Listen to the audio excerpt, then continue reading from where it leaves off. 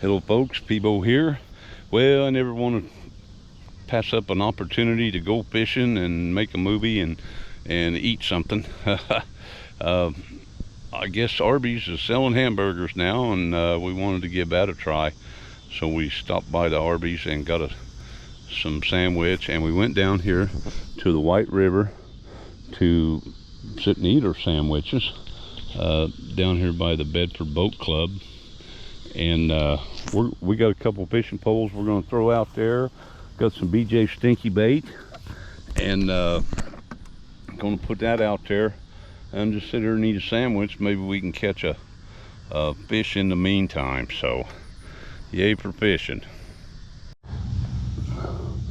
Well folks, we got everything baited up here with the BJs, and I'm just going to put it out there. There's a little bit of current in the river, not a great deal, but yeah, that'll be fine. We don't have to throw it way out, as long as it gets out there. Put it there in the rod holder. That should do nicely. We got another one here. Let's put him out there off in that direction. So, well, we got a couple of poles out, and that's a good thing. All right, well now I'm gonna go see about a sandwich. Robin's in the truck. I think she's gonna be out directly. She's hungry. She's eating her sandwich. Well, there it is folks, an Arby's hamburger. Got some tomato on there. I went ahead and got the bacon and some Swiss cheese and stuff. It's kind of messy. It's just dripping. But yeah, an Arby's hamburger. Well, folks, to tell you the truth, I don't recommend the Arby's hamburger. Way too messy and dripping. But that wasn't the problem. I just didn't like the taste of it. They're doing something different with their beef, some kind of Wagyu beef, and I don't even know what. The guy tried to explain it to me about how they raise these cattle or something, but bottom line is, sandwich didn't taste good. So, you know, well, we got a half a moon. Got a half a moon up there. I threw some crinkle fries in down there, and something big enough, it just grabbed the whole thing, made a big splash. And I'd rather he got on some of that BJ's, and we could get that fish. Well folks, we just had a fish jump, another big fish jump right over there, and Robin's made it out. Hi Robin. Robin didn't like the Arby's sandwich either, so, but anyway, yay for fishing. And we got a boat coming up there, but I just wanted to talk a little bit about the White River. The East Fork of the White River, and then there's the West Fork of the White River. They're two very different rivers. This East Fork, I looked at it on the GPS satellite view and tracked it all the way back to where it begins in a cornfield, and I don't know what county or near what town.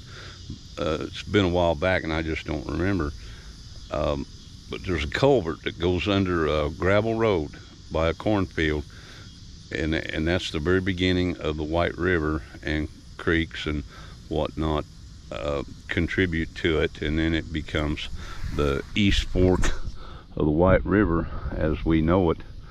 That boat just turned in down here. There's a campground over there, and anyway, back to the East Fork of the White River. You know, there's Williams Dam is on the East Fork of the White River.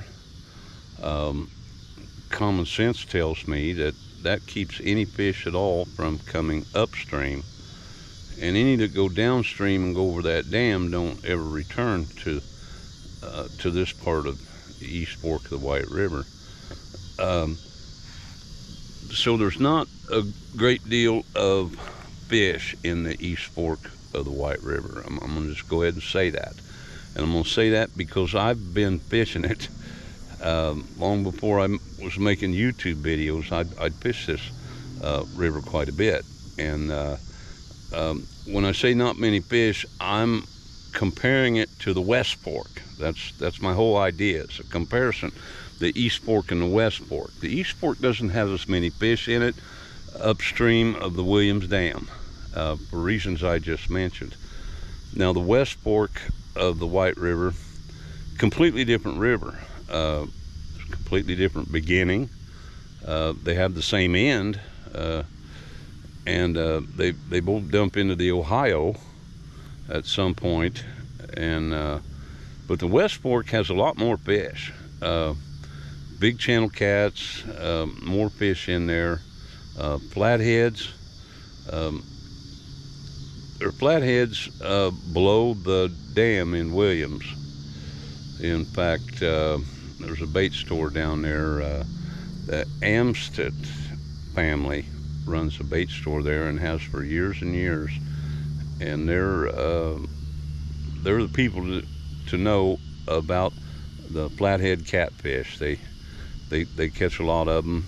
They know right where to do that over years of experience. But anyway, just a little talk about the East Fork and the West Fork of the White River. Is two completely different rivers, different beginnings. A little about the Williams Dam, and yeah, we're fishing here on the East Fork of the White River, and we're not catching any.